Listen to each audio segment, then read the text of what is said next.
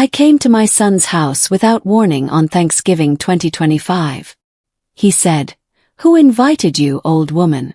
This holiday is only for family. Leave." I left in silence. The next morning I'm glad you're here with me. Please like this video and listen to my story till the end and let me know which city you're listening from. That way I can see how far my story has traveled. I used to think I knew my son. For 63 years I had been Dorothy Chen, a retired elementary school teacher, a widow of 8 years, a woman who baked pies every Sunday, and volunteered at the local library in Portland, Maine. My life was simple, predictable, and lonely in that quiet way that comes when your husband is gone and your only child has moved 3 states away. Michael had always been a good boy, hadn't he? He called every few weeks, sent cards on my birthday, even visited twice a year with his wife, Vanessa, and my 2 precious grandchildren, Sophia and Lucas. Or at least that's what I told myself during those long winter evenings when the house felt too big and too empty. The first strange moment came in October. I had called to wish Sophia a happy 10th birthday, but Vanessa answered with an edge in her voice I'd never heard before. "Dorothy, we're busy right now. Michael will call you back." Blick. He never did. When I tried again 3 days later, my calls went straight to voicemail. I left messages. Cheerful grandmother-type messages about the changing leaves and a funny story about Mrs. Peterson's cat from next door. Nothing. Silence. Then the social media posts started appearing. My neighbor's daughter helped me set up Facebook years ago, and I occasionally scrolled through Michael's page to see photos of the grandchildren. But something was different now. There were pictures from Sophia's birthday party, a lavish backyard celebration with a bounce house, dozens of children, tables laden with food. I hadn't been invited. I hadn't even known about it. My hands trembled as I scrolled further. Halloween photos. Sophia dressed as a princess. Lucas as a superhero. The caption read, "Best Halloween ever with our whole family." I counted the faces in the photo. Michael's in-laws were there. Vanessa's sister and her family, even some cousins I'd met once or twice, but no mention of me, no invitation, no acknowledgement that I existed. Had I done something wrong, said something to offend them? I racked my brain for weeks, replaying every conversation, every visit. Nothing came to mind. The silence grew heavier, more oppressive. By mid-November, I decided I couldn't bear it anymore. Thanksgiving was approaching, and surely, family would be together for Thanksgiving. They wouldn't exclude me from Thanksgiving. I didn't call ahead. Perhaps I should have, but part of me was afraid they would tell me not to come. Instead, I booked a bus ticket to their home in Massachusetts, bought ingredients for my famous pecan pie, Michael's favorite since childhood, and made the 6-hour journey with my heart full of hope and my stomach tight with anxiety. Their house in the suburbs of Boston was exactly as I remembered. A 2-story colonial with white shutters and a perfectly manicured lawn. Cars filled the driveway. I recognized Michael's SUV, Vanessa's sedan, and 2 others that must belong to her parents. Warm light glowed from the windows. I could smell turkey and hear laughter floating through the crisp November air. I knocked on the door, clutching my pie, practicing my smile. Would Sophia and Lucas run to hug me? Would Michael be surprised but happy? The door opened and Michael stood there in a casual sweater, wine glass in hand. His face flushed from warmth and alcohol. His expression changed instantly. The smile vanished. His eyes went cold. So cold I barely recognized him. "Mom, what are you doing here?" "I came for Thanksgiving, sweetheart. I brought your favorite." "Who invited you?" His voice was loud enough that the conversation inside stopped. Vanessa appeared behind him, her face twisted with annoyance. I stammered. I thought, "It's Thanksgiving, family. This holiday is for family only, old woman." Michael's words hit me like a slap. "You can't just show up here unannounced. We have plans. We have guests. You need to leave." Behind him, I caught a glimpse of the dining room. Vanessa's parents sat at the table watching with uncomfortable expressions. But my grandchildren, where were my grandchildren? "But Michael, I'm your mother. Go home." His shout echoed down the quiet suburban street. Neighbors' curtains twitched. My hands shook so badly I nearly dropped the pie. I opened my mouth to speak, but no words came. The look in my son's eyes was pure contempt, as if I were a stranger, an intruder, a burden he couldn't wait to discard. For the first time in my 63 years, I felt truly invisible. I turned without another word and walked back down the driveway. My vision blurred with tears. I refused to let fall until I was out of sight. I spent that night in a cheap motel off the highway, sitting on a scratchy comforter that smelled of cigarette smoke and industrial detergent, staring at the pecan pie on the dresser. I hadn't eaten, couldn't eat. My phone sat dark and silent beside me. No apology, no explanation, nothing. What had I lost? The question gnawed at me through the sleepless hours. I'd lost my son clearly.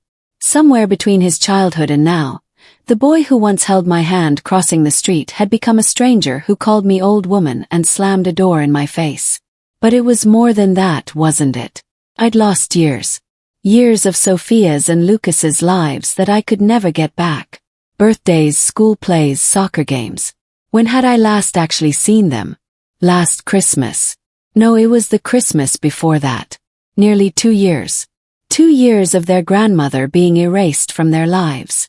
The hurt crystallized into something harder as dawn broke gray and cold outside my motel window. Underneath the pain, I felt something I hadn't experienced in decades. Anger. Real burning anger. Not the mild irritation of someone cutting in line at the grocery store, but a deep, righteous fury at the injustice of it all. I had raised Michael alone after his father died when he was 12. I'd worked double shifts as a teacher and a part-time tutor to afford his college education. I'd been there for every milestone, every crisis, every triumph. And this was how he repaid me, by discarding me like trash when I became inconvenient. No, this wasn't right and I wasn't going to accept it. The motel had terrible coffee, but I drank 3 cups anyway, letting the caffeine sharpen my thoughts. I needed information. I needed to understand what had happened when it had started and most importantly why. My hands steadied as I opened my laptop and began to search. First, I went through every social media post from the past 2 years. I made notes in the small spiral notebook I always carried. Dates, events people mentioned. The pattern became clear. I had been systematically edited out of their narrative. Photos from family gatherings where I should have been present but wasn't. Captions thanking everyone except me. Vanessa's mother was mentioned constantly, praised endlessly. Grandma Barbara made cookies with the kids today. So grateful for Grandma Barbara's support. Meanwhile, I had become a ghost. But why? What could I have possibly done to deserve this? Called my bank. My savings account showed the automatic monthly transfers I'd been sending to Michael for the past 3 years. Money I'd intended to help with the children's education fund. $500 a month, every month without fail. $18,000 total. Had he even been putting it toward the kids? Or had he simply been taking my money while cutting me out of their lives? The thought made my stomach turn.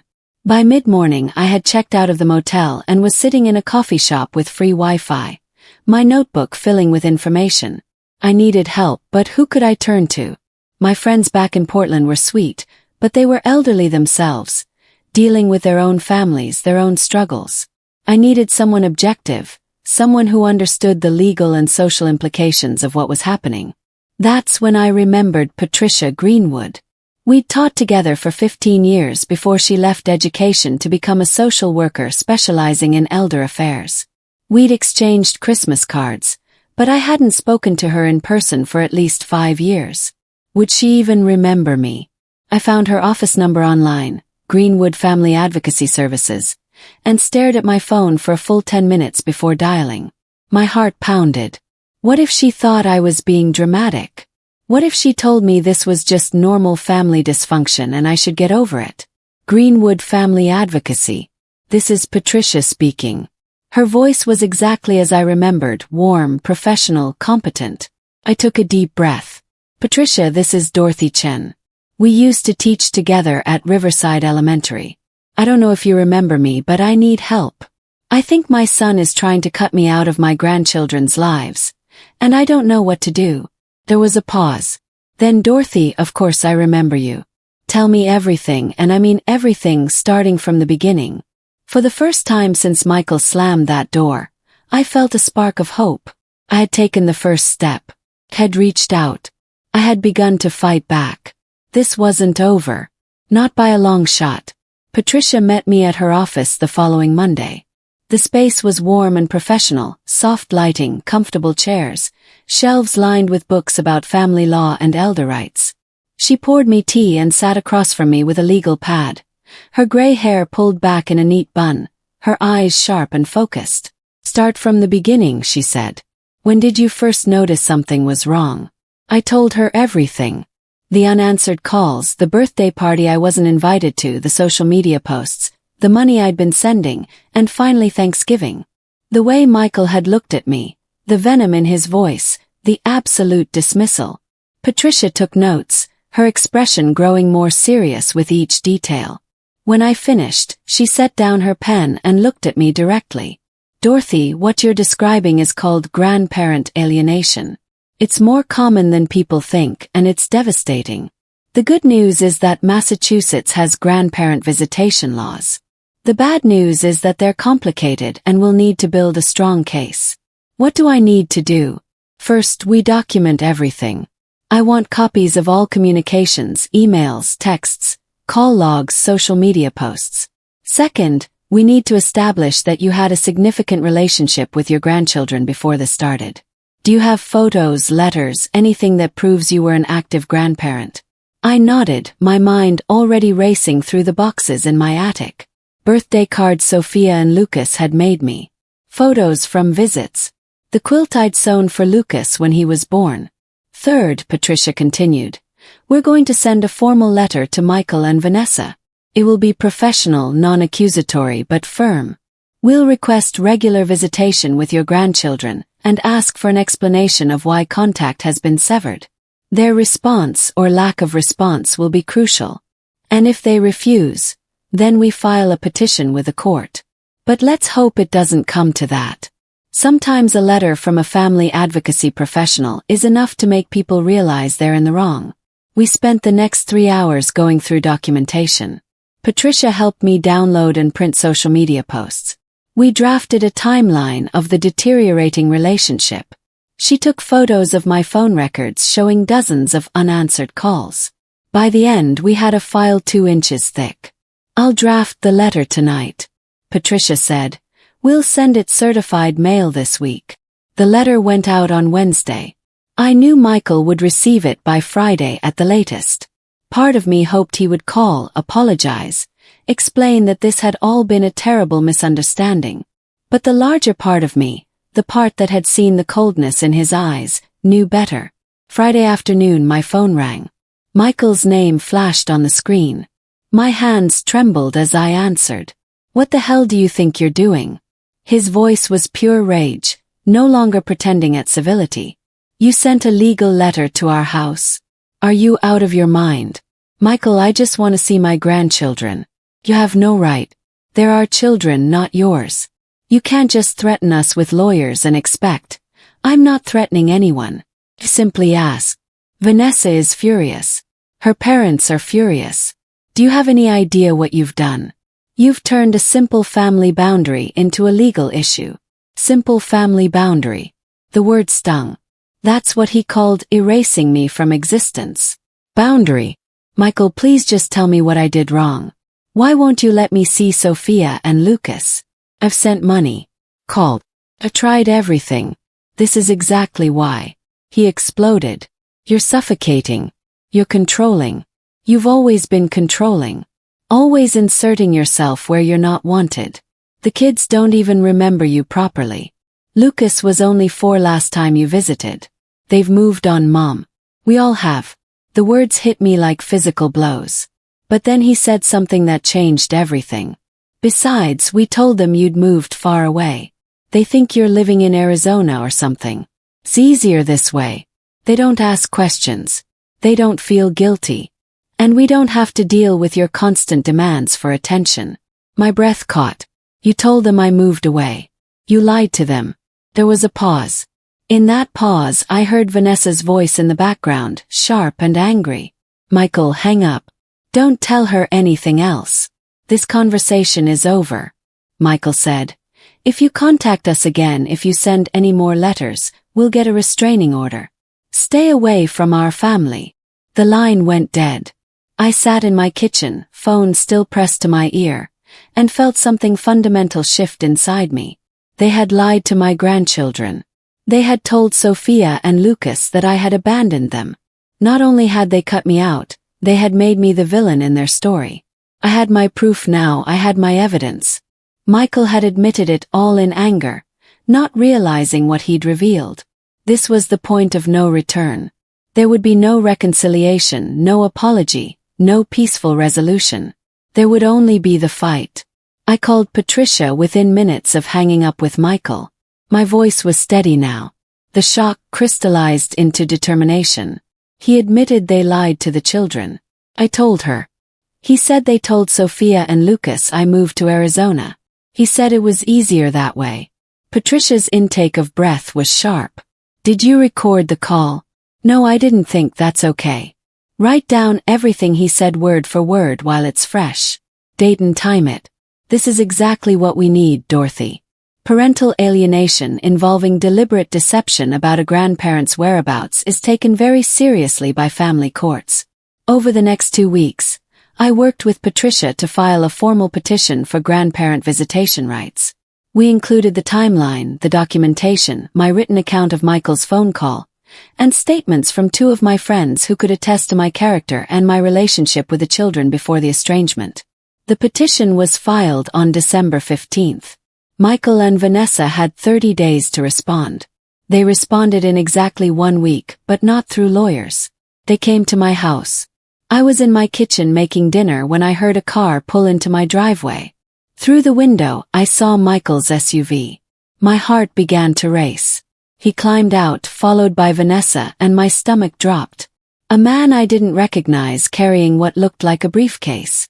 They walked up to my front door with the confident stride of people who believed they held all the power. I considered not answering, but that would accomplish nothing. I opened the door but kept the chain lock engaged. We need to talk, Michael said. His voice tight with controlled anger. If you have something to say, you can say it through your lawyer. I assume you've hired one. The man with the briefcase stepped forward. Mrs. Chen, I'm David Thornton, attorney for Michael and Vanessa Rivera. We'd like to discuss this matter before it goes any further. There's nothing to discuss. Vanessa pushed forward, her perfectly made-up face twisted with false concern. Dorothy, please. We're trying to do this the right way. Can we just come in and talk for the children's sake? The children you've been lying to about me. Those children. Michael's jaw clenched. Mom, you need to drop this court petition now before this gets ugly. It's already ugly, Michael. You made it ugly when you told my grandchildren I abandoned them. The lawyer cleared his throat. Mrs. Chen, my clients are prepared to offer a compromise. You may visit with Sophia and Lucas 4 times per year, holidays or birthdays, at mutually agreed upon times with Michael and Vanessa present. In exchange, you withdraw your petition and agree not to pursue further legal action. 4 times a year, supervised at their convenience after being an active grandmother who used to visit monthly. No, I said simply. Vanessa's mask slipped. You're being unreasonable. We're offering you time with them. You're offering me crumbs from a table I helped build. The answer is no. Michael stepped closer to the door, his voice dropping to something dangerous. You want to play hardball, Mom? Fine. We'll tell the court you're mentally unstable. We'll bring up how you showed up unannounced on Thanksgiving.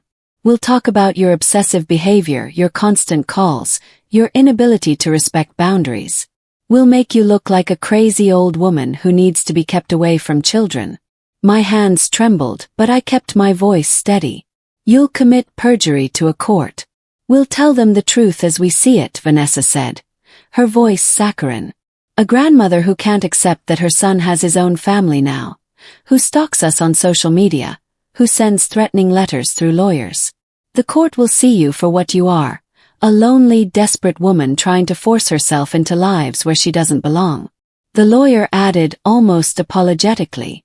They'll also petition for full protection from contact. No calls, no letters, no social media interaction. If you persist, Mrs. Chen, you could end up with nothing. I looked at my son. Really looked at him. The man standing on my doorstep bore little resemblance to the boy I'd raised. His eyes were cold, calculating. He had become someone who would threaten his own mother, lie to his own children, and feel no remorse about any of it. Get off my property, I said quietly. If you want to threaten me, do it through the court system. Otherwise, I have nothing to say to you. Mom, now they left. I watched through the window as they huddled by the car, arguing with sharp gestures. The lawyer looked uncomfortable. Vanessa was clearly furious. Michael kept glancing back at the house with an expression I couldn't read. When they finally drove away, my legs gave out. I sank to the floor in my hallway and let myself cry for the first time since that terrible Thanksgiving night. Not gentle tears, but deep, wrenching sobs that came from a place of profound loss. But underneath the grief, something else remained. Resolve. They had shown their hand. They were willing to lie, to threaten, to destroy my reputation, to keep control. But they had also revealed their fear. They wouldn't have come here, wouldn't have offered even a terrible compromise if they didn't think I had a chance of winning. I called Patricia and told her everything. Then I took her advice. I stepped back for a few days. I didn't look at social media. I didn't drive past their house. I didn't obsess over the court case. Instead, I went to the library, volunteered at the holiday food drive, had lunch with old friends. I needed to rest to gather my strength because the real battle was just beginning. 3 days before Christmas, a package arrived at my door. Inside was an expensive leather photo album filled with pictures of Sophia and Lucas. Recent pictures I'd never seen. Birthday parties, school events, Halloween costumes, Christmas mornings. A note was tucked inside in Vanessa's handwriting. Dorothy, we know this has been difficult for everyone. We want to make peace. These photos are for you to keep. We'll send updates quarterly so you can watch them grow up. All we ask is that you withdraw the court petition. Let's not put the children through a legal battle. They're happy and healthy, and dragging this through court will only hurt them. Please consider what's best for Sophia and Lucas. I sat at my kitchen table, turning pages slowly. Sophia had lost 2 front teeth. When had that happened? Lucas was taller now, his baby face growing lean. Here they were at a beach building sandcastles. Here was Sophia on stage in what looked like a school play. Here was Lucas holding a trophy, beaming. My heart ached. This was exactly what they wanted to dangle my grandchildren in front of me like bait, knowing I was starving for any connection to them. I picked up my phone, put it down, picked it up again. 1 call, 1 compromise. I could have this much, at least photos 4 times a year. Dates.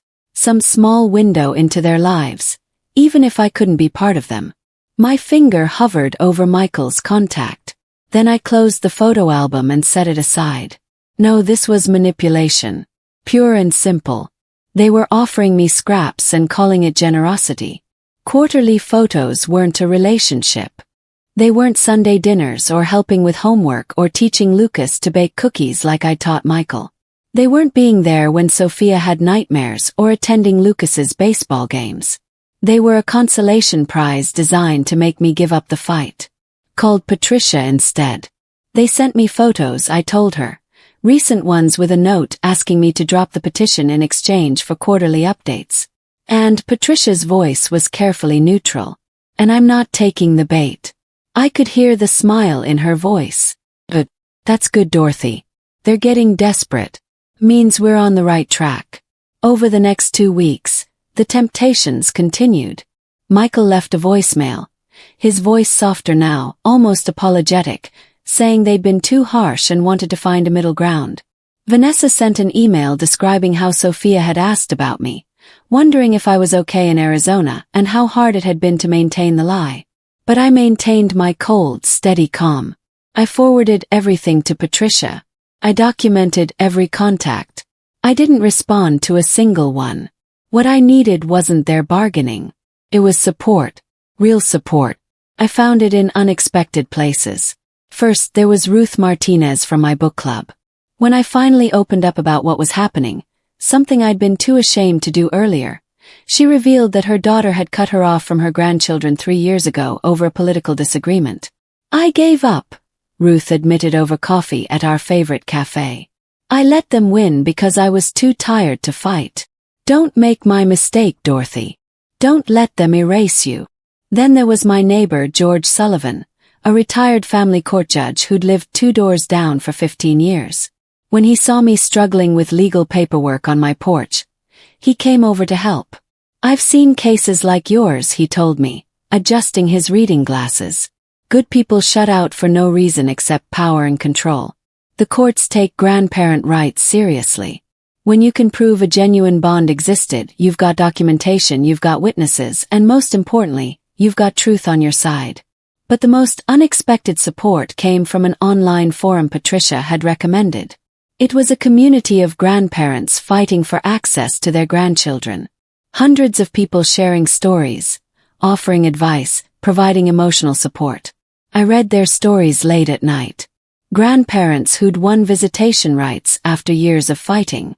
Others who'd lost but found peace anyway. Some who'd been reunited with grandchildren once they became adults and learned the truth. I started posting my own story. The responses came within hours. Stay strong. They're testing you. Document everything. Everything. My son did the same thing. I won my case after 2 years. Don't give up. For the first time since Thanksgiving, I didn't feel alone. I was part of something larger, a community of people who understood exactly what I was going through because they'd lived it themselves. On Christmas Eve, I sat in my living room with the lights from my small tree casting warm shadows on the walls. I thought about Sophia and Lucas, wondering if they were opening presents, if they ever thought about me, if they even remembered my face. The ache was still there. It would probably always be there, but so was my resolve. Michael called twice on Christmas Day. I let both calls go to voicemail. In the messages, his voice shifted from conciliatory to irritated. They were realizing I wouldn't break. They were realizing I was serious and they were scared. The court date was set for January 28th. I had 3 weeks to prepare. 3 weeks during which I thought Michael and Vanessa might finally accept that this was happening. I was wrong.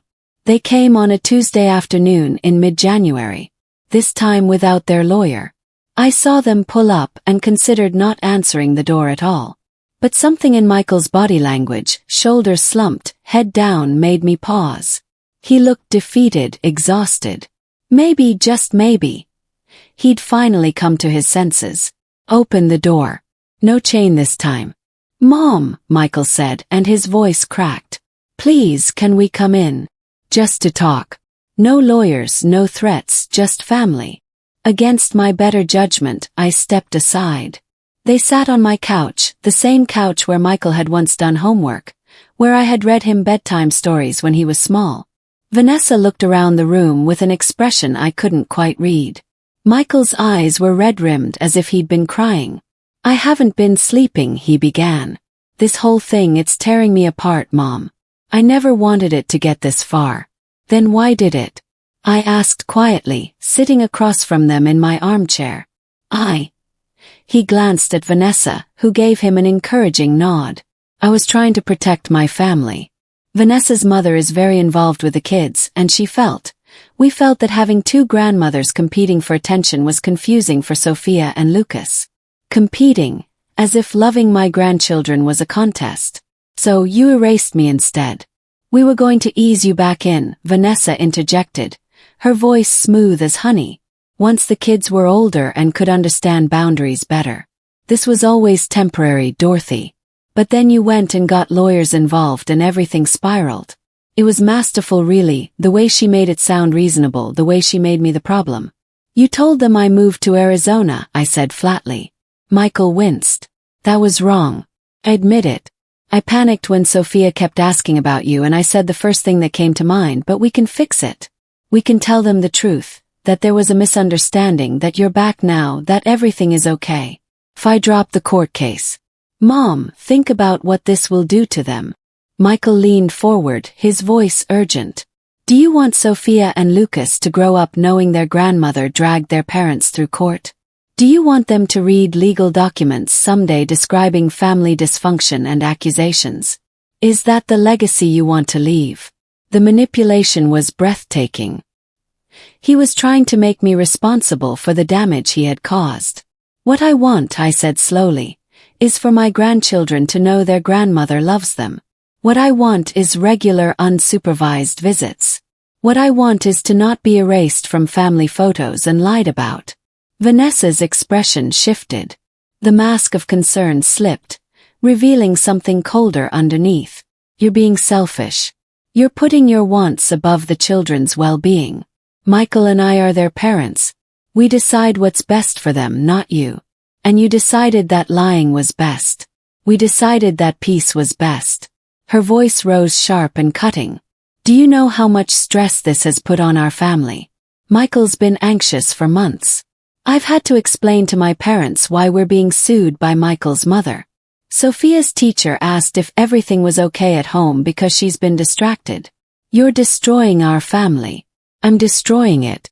The anger I'd been holding back finally surfaced. I'm not the one who lied. I'm not the one who cut off contact without explanation. I'm not the one who took thousands of dollars in education fund contributions while isolating the donor from the children. Michael's face flushed. That money was a gift. You can't hold it over our heads. I'm not holding anything. I'm simply pointing out the pattern of dishonesty. Vanessa stood abruptly. This is pointless. She's not going to listen to reason. Reason. I stood as well, feeling years of suppressed rage flooding through me. You want to talk about reason? You waltz into my home, feed me lies wrapped in crocodile tears, and expect me to abandon my grandchildren because it's more convenient for you. What kind of people have you become? The kind who protect their children from toxic grandparents. Vanessa shot back. You're manipulative. You're controlling. And you're using the courts to bully your way into lives where you're not wanted. There it was. The truth beneath all the pretense. Michael grabbed Vanessa's arm. I don't. Well. She whirled on him. She needs to hear this. We don't want her around, Michael. The kids don't need her. My mother gives them everything they need. Your mother is just a bitter old woman who can't accept that she's not relevant anymore. The silence that followed was deafening. Michael looked at the floor, unable to meet my eyes. He didn't contradict her. He didn't defend me. He just stood there, complicit in every cruel word. Get out, I whispered. Mom, get out of my house. They left, Vanessa's heels clicking sharply on my hardwood floor. Michael trailing behind like a scolded child. I watched through the window as they argued in the driveway. Vanessa gesturing wildly, Michael with his head in his hands. When they drove away, I sank into my chair and let myself shake. Fear rippled through me. Fear that they were right, that I was alone, that the courts would see me as exactly what they claimed. A bitter old woman refusing to accept reality. But underneath the fear was something stronger, a blazing righteous determination that felt like fire in my veins. They had shown their true faces. They had revealed their contempt, their manipulation, their complete lack of respect for me as a person and as a grandmother. I picked up my phone and called Patricia. They came to my house, I said. And I have a feeling they're going to regret it. The courtroom was smaller than I expected. Oak paneling, fluorescent lights, a tired-looking judge with reading glasses perched on her nose.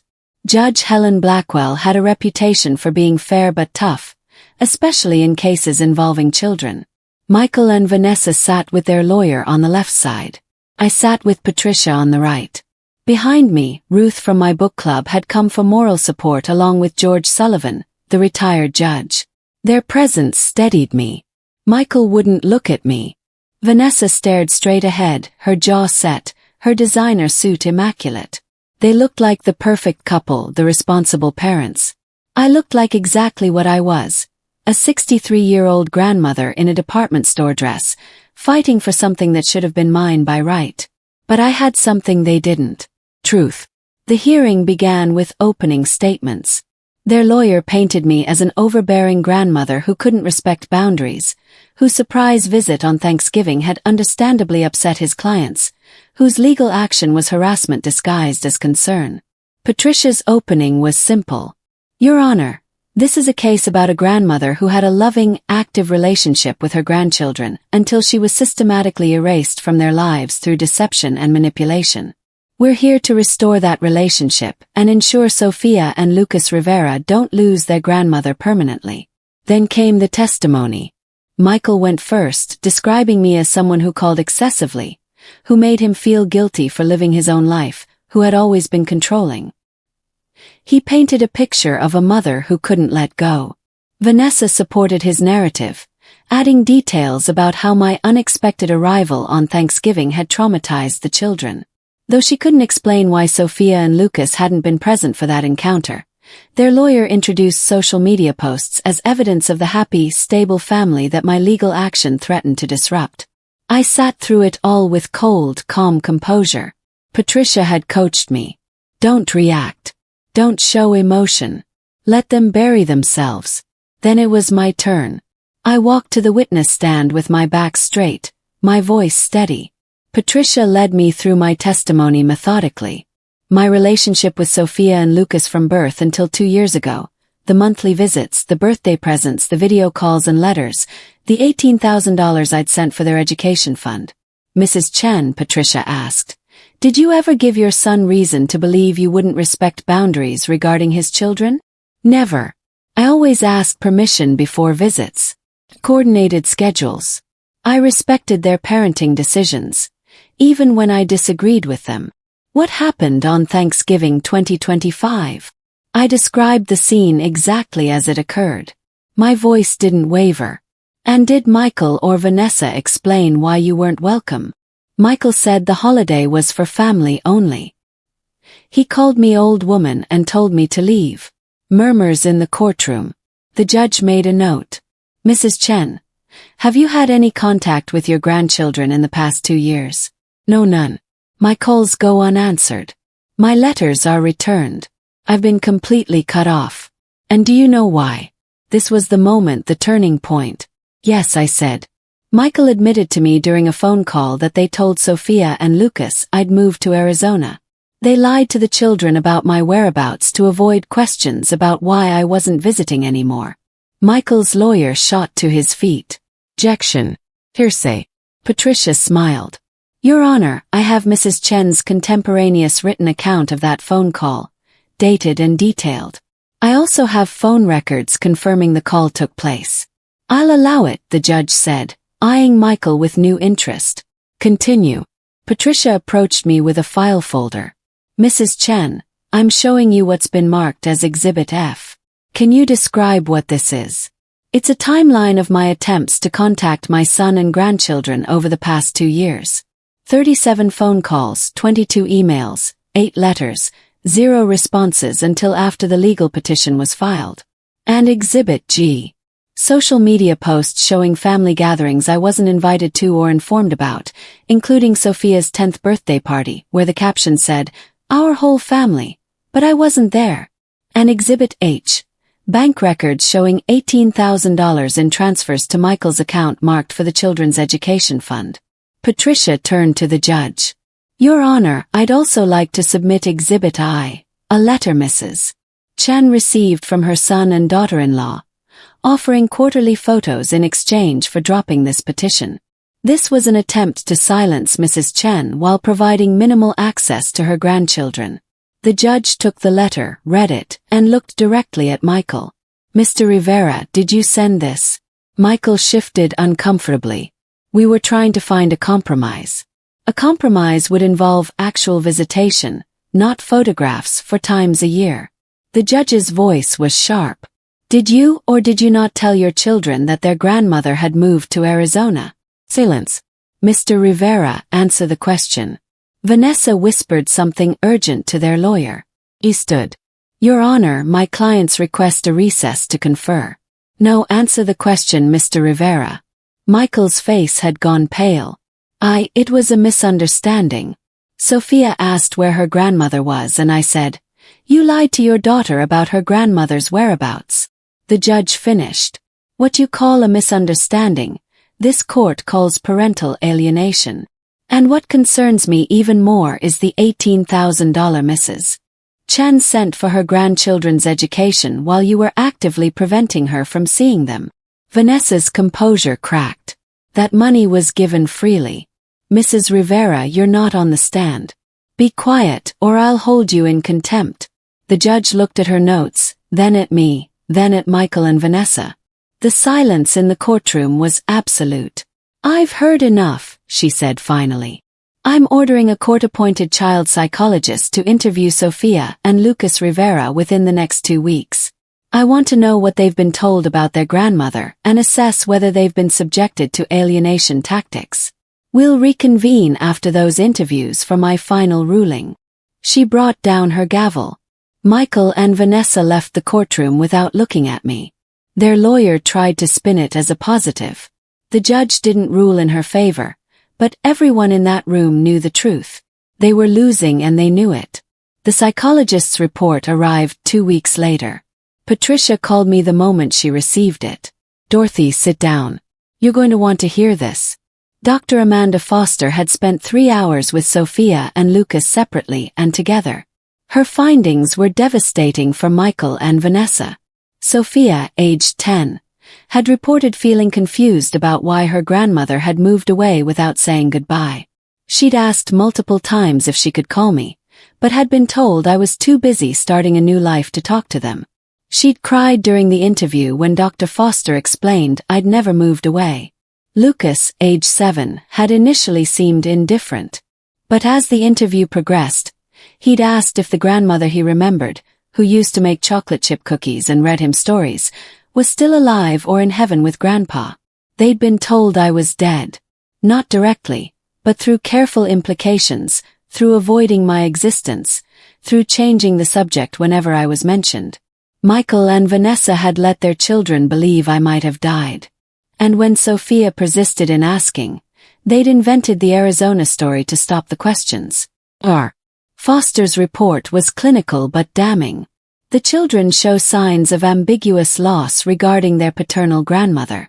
They've been given inconsistent information that suggests intentional obfuscation. Sofia, in particular, displays guilt and confusion that appears to stem from believing she did something to drive her grandmother away. This is consistent with grandparent alienation and is psychologically harmful to both children. Her recommendation was clear. Immediate restoration of the grandparent-grandchild relationship through regular unsupervised visitation. Family therapy for all parties. Court monitoring to ensure compliance. The final hearing was scheduled for March 5. This time the courtroom was full. George Sullivan attended. Ruth brought 2 other women from our grandparents' rights support group. Even Patricia's paralegal came, though she wasn't required to. Judge Blackwell entered and we all rose. When we sat again, I saw that Michael's face was ashen. Vanessa's hands trembled as she folded them on the table. Their lawyer looked like a man who knew he was about to lose badly.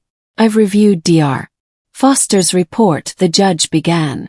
And I've rarely seen such clear evidence of parental alienation. Mr. and Mrs. Rivera, what you've done to your children and to Mrs. Chen is reprehensible. Michael started to speak. The judge held up her hand. I'm not finished. You told your daughter her grandmother abandoned her. You allowed your son to believe his grandmother might be dead. You took $18,000 from Mrs. Chen while systematically erasing her from your children's lives. You lied to a court-appointed psychologist during initial interviews until the children's testimony contradicted your statements. Vanessa's face had gone red. Your Honor, we were trying to protect, you were trying to control. And in doing so, you've harmed your children far more than any grandmother's visit ever could. Dr. Foster's report makes it clear that Sofia is suffering from guilt and abandonment issues directly caused by your deception. The judge shuffled her papers and looked directly at me. Mrs. Chen, I'm granting your petition in full. You are hereby awarded court-mandated visitation with your grandchildren as follows. 1 weekend per month unsupervised at your home or a location of your choosing. Additional visits on alternating major holidays. Weekly video calls. And Mr. and Mrs. Rivera will facilitate these visits without interference, or they will face contempt charges. Michael's lawyer tried one last time. Your Honor, if I may, you may not. Furthermore, I'm ordering family therapy for all parties, including Sophia and Lucas, to repair the damage caused by Mr. and Mrs. Rivera's actions. The cost will be borne entirely by Mr. and Mrs. Rivera.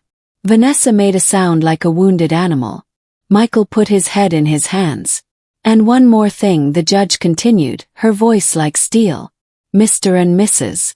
Rivera, you will sit down with your children with Dr. Foster present and you will tell them the truth. You will explain that their grandmother never moved away, never abandoned them, and has been trying to see them this entire time. You will take full responsibility for your deception. R. Foster will submit a report confirming this conversation took place. And if I find you've tried to manipulate or minimize your actions, I will expand Mrs. Chen's visitation rights even further. She brought down her gavel. This hearing is adjourned. I sat frozen for a moment, unable to process what had just happened.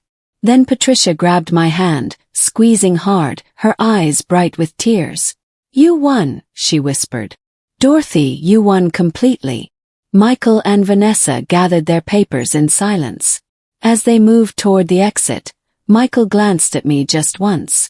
I saw no apology in his eyes, no remorse, only defeat and resentment. I didn't care. I wasn't doing this for him. Outside the courthouse, Ruth hugged me. George Sullivan shook my hand with the firm grip of one professional to another. Well fought, Dorothy. Well fought indeed. That evening, I sat in my kitchen with a cup of tea, the court order on the table in front of me. In 2 weeks, I would see Sophia and Lucas again. In 2 weeks, I would be able to hold my grandchildren and tell them the truth, that I had never, ever stopped loving them. I had fought and I had won. The first visit was scheduled for March 20th. Michael and Vanessa dropped Sophia and Lucas off at my house at 10 a.m., and their faces were masks of barely concealed fury. Dr. Foster had overseen the truth conversation with the children, and according to her report, it had not gone well. Sophia had cried. Lucas had been confused and angry. Both children now understood that their parents had lied to them. Be back by 6 p.m., Michael said stiffly, not looking at me. I'll have them back when I'm ready, I replied calmly. The court order says I have them until 7 p.m. and I intend to use every minute. Vanessa's jaw clenched, but she said nothing. They couldn't say anything. Not anymore. Sophia came through my door hesitantly, her eyes red from recent tears. Lucas stayed close to his sister, uncertain. They both looked at me like I was a stranger, because to them I essentially was. Hi babies, I said softly, crouching down to their level. I know this is confusing. I know it's been a long time, but I want you to know that I've missed you every single day, and I'm so happy you're here. Sophia's composure crumbled. Why did they say you moved away? Because they made a mistake, sweetheart. A big mistake. But we're going to fix it now, starting today. I'd planned the day carefully. First, we made chocolate chip cookies. My grandmother's recipe, the one I'd made for Michael when he was their age. Lucas cracked the eggs messily, and Sophia measured the chocolate chips and snuck several into her mouth. The kitchen filled with warmth and the smell of vanilla. While the cookies baked, I showed them the boxes I'd kept. Every birthday card they'd ever made me, every photo from when they were babies, the quilt I'd sewn for Lucas, the dollhouse I'd been building for Sophia before the estrangement. You kept all this, Sophia whispered, touching the cards with gentle fingers. Of course I did. You're my grandchildren. I keep everything. By lunchtime, some of the tension had eased. We ate grilled cheese sandwiches and tomato soup, comfort food, and talked about school, friends, their favorite TV shows. Lucas told me about his baseball team. Sophia showed me photos on her phone of her art projects. They didn't mention Michael or Vanessa. Neither did I. Over the following months, a routine established itself. Every third weekend, Sophia and Lucas came to stay with me. I took them to museums, to the beach, to the local ice cream shop where Michael used to beg for extra sprinkles. We cooked together, read together, did jigsaw puzzles on rainy afternoons. Slowly, carefully, I rebuilt the relationship that had been stolen from us, and I watched as they began to understand what had been done to them. Sophia especially grappled with the betrayal. Why would they lie like that? She asked me one evening as we planted flowers in my garden. She was 11 now, old enough to process complex emotions. People sometimes make very bad choices when they're afraid of losing control, I told her honestly. It doesn't excuse it, but that's the truth. I don't trust them anymore, she said quietly. I don't know if I ever will. I didn't encourage that feeling, but I didn't discourage it either. She needed to process her emotions in her own way. Meanwhile, Michael and Vanessa's world was slowly crumbling. The family therapy sessions were mandatory, and Dr. Foster reported that they were resistant and defensive, refusing to take genuine responsibility. Their relationship with the children became strained, formal. Sophia, in particular, grew distant, spending more time in her room, requesting extra visits with me. Worse for them was the social fallout. Someone, I never found out who, had shared details of the court case in their suburban community. Perhaps it was another parent at Sophia's school. Perhaps it was one of their neighbors who'd witnessed the Thanksgiving incident. Regardless, word spread. Vanessa's mother, Barbara, who had been so prominent in the children's lives, apparently confronted her daughter about the lies and manipulation. According to Sophia, who'd overheard an argument, there was a massive family fight that ended with Barbara reducing her involvement with Michael and Vanessa's household. Their friend group contracted. Dinner party invitations dried up. At Lucas's baseball games, other parents were cordial but cool. In a community that valued family bonds, their actions had marked them as selfish, deceptive, and cruel. Michael's work suffered too. He'd always been climbing the corporate ladder at a financial firm, but the stress of the court case, the therapy sessions, and the social stigma took their toll. He became irritable, unfocused. I heard through Sophia that he'd been passed over for a promotion he'd expected. Vanessa started drinking more. Sophia mentioned it casually one afternoon. Mom has wine with lunch now. And my heart ached for the children still living in that house, even as part of me felt a grim satisfaction. They'd built their perfect life on lies and manipulation. Now those foundations were cracking and everything was falling apart. Meanwhile, my life blossomed. I had my grandchildren back. I had my purpose back. Every Sunday dinner with Sophia and Lucas, every holiday we shared, every video call during the week. These were treasures I'd fought for and won. I reconnected with old friends who'd seen me fight for what was right. I became active in the grandparents' rights community, helping other people navigate similar situations. Patricia and I became close friends, meeting for coffee weekly to discuss cases and life. My house, which had felt so empty and silent for 2 years, was full of life again. Children's laughter, voices calling grandma from the backyard. The refrigerator covered in Sophia's artwork and Lucas's baseball schedule. One evening in late summer, as Sophia and Lucas played in the sprinkler in my yard, Ruth came over for dinner. We sat on the porch with glasses of iced tea, watching the children shriek with joy. "You did it," Ruth said softly. "You actually did it." I did, I agreed. And I'd do it again in a heartbeat. Michael and Vanessa had tried to erase me. They'd failed. And now they were paying the price for that failure while I lived the life they tried to steal from me. Justice, I decided, tasted sweeter than any victory I could have imagined. So that's my story. Sometimes you have to fight for the people you love, even when it costs everything. Never let anyone erase you from your family's life without a battle. Now I ask you, what would you have done in my place? Would you have fought back or walked away? Leave your answer in the comments below. If this story moved you, please hit the like button and subscribe to my channel for more real-life stories. Thank you for listening.